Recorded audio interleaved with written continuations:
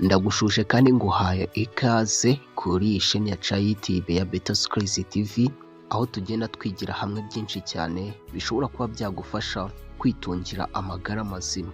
Uyu munsi tugiye kurebera hamwe zimwe mu ndwara zivurwa n'ubuki ndetse n'uko ushobora kuba wabukoresha mu kwivura ibibyimba, asima, bronchite, urwaye impatwe, umutima ukora nabi cyangwa ukora gake, abagore barwaye intinyi cyangwa ubushake buke, ndetse n'abashaka kongera uburanga no kugira uruhu rufite itoto, ndetse n'uko wabukoresha ushaka kongera imbaraga za kigabo. Turaza tureba uko buri ndwara wabukoresha wifashishije ibindi bintu, ndetse nyuma yaho turebe n'akamaro kabwo mu buryo bwimbitse. Ubuki rero ni isoko ngari y'amavitamine menshi nka vitamine A, E, B1, B2, B5, B6, B12, K, P ndetse na D n'izindi vitamine zitandukanye. Harimo imisemburo ngengamubiri itera igikuriro n'ibindi bitandukanye. Butera kurama, bwongera imbaraga mu mubiri ndetse n'ubwenge, kandi ni kimwe mu byifashishwa bakora ibyongera uburanga. Ubuki ni ikiribwa kandi bukaba n'umuti uvura indwara zirenga 100. Zimwe muri izo ndwara nk'uko twabigarutseho hari ibibyimba.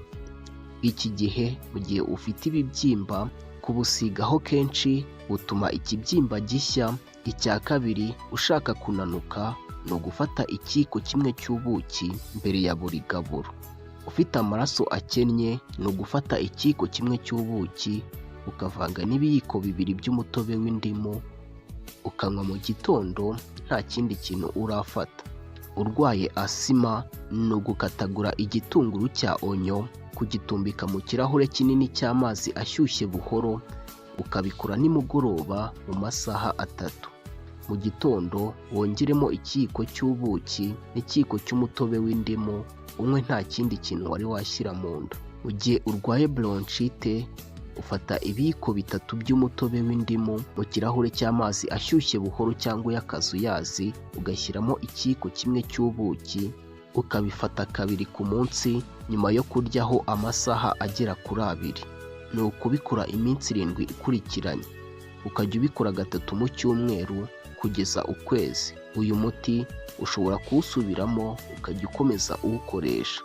Mu gihe urwaye impatwe cyangwa constipation, ni uruvange rw'ikiyiko cy'ubuki bwiza, akayiko gato k'umutobe w'indimu mu gice cy'ikirahure cy'amazi ashyushye buhoro, ukanywaho mu gitondo nta kindi kintu wari wafata. Gukora nabi k'umutima cyangwa umutima ufite intege nkeya, ushobora gukunda kurya kenshi ikiyiko kimwe cy'ubuki mbere ya buri gaburo cyangwa mbere y'uko ugiye kurya.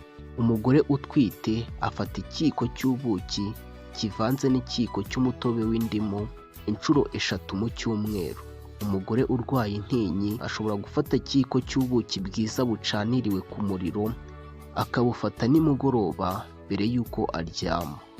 Ushaka kongera uburanga no kugira uruhu rufite itoto, ni ukuvanga ikiyiko cy'ubuki n'umuhondo w'igi. Ushobora no kongeramo umutobe w'indimu cyangwa waba ufite elayo nayo ukayishyiramo, byaba akarusho. Ugahita ubyisiga ku mubiri ukabirekeraho nibura igice cy'isaha, ukabona kubikaraba. Iki gihe bizagufasha kugira uruhu rwiza. Ushaka kongera ubushake cyangwa imbaraga z'abagabo, ushobora gutegura icyayi cya tangawize, ugafata amazi ukayacanira, ugashyiramo tangawize ndetse n'umwenya. Byamara kubira ukaza gushyiramo teyi, wamara kubiyungurura ukabishyira mu kirahure, ugashyiramo igice cy'ubuki, warangiza ukanywa. Iki gihe nabyo bizabasha kuba byakongerera imbaraga ndetse no kwitwara neza mu gikorwa cy'abashakanye. Akandi kamaro k'ubuki mu buryo burambuye, ubuki bukora nk'umuti wica bagiteri kuko ubuki bufite imbaraga zo kwica mikorobe. Ibi biterwa n'ibi bikurikira: bwifitemo hydrogen peroxide, bukagira pH iri hasi cyangwa acidike ituma bagiteri zidakura. Umuhondo w'ubuki ukomeza kuba ufite imbaraga zo kurwanya mikorobe. Ibyo bizagufasha gukiza ibisebe n'ibikomere, kurwanya bagiteri zo mu muhogo ndetse no kurwanya infection zo mu kanwa. Bugabanya umwuka mubi mu muhogo cyangwa ibyinyo kubera anti-inflammatory ndetse na antibacterial. Buvura guturumbuka k'umuhogo, bukagabanya inkorora cyane cyane bwafashwe nijoro.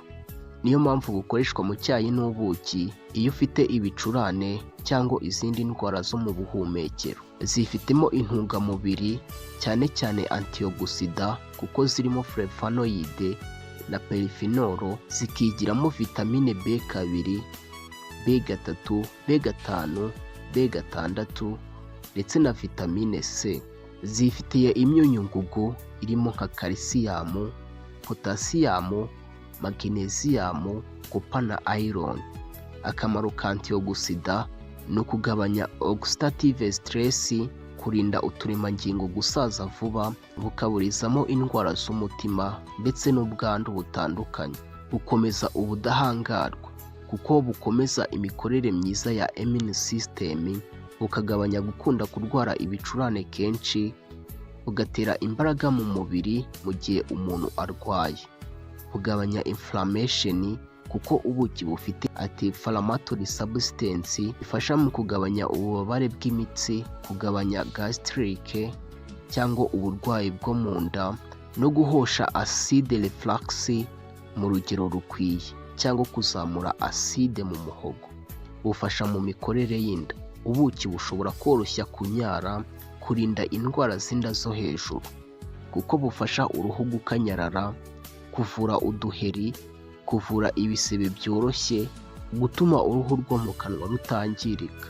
Bukoreshwa mu kongera imbaraga kuko bufite glucose na fructose ituma buboneka mu maraso, bukaba energy booster cyangwa bukazamura imbaraga mu buryo bw'umwimerere.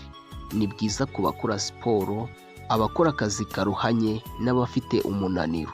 Bugira umumaro mu gutuza kw'imyakura. Bufasha gutuza kw'imitsi y'imyakura y'ubwonko kubera glucose ifasha ubwonko gukora neza.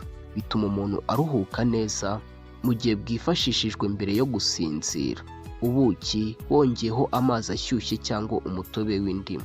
Bugira akamaro gakomeye mu bigendanye no kunoza amabanga y'abashakanye kuko buzamura circulation y'amaraso cyangwa gutembera kw'amaraso, gukomeza hormone zimwe na zimwe, kuvura umunaniro, bityo bigafasha ubushake kwiyongera.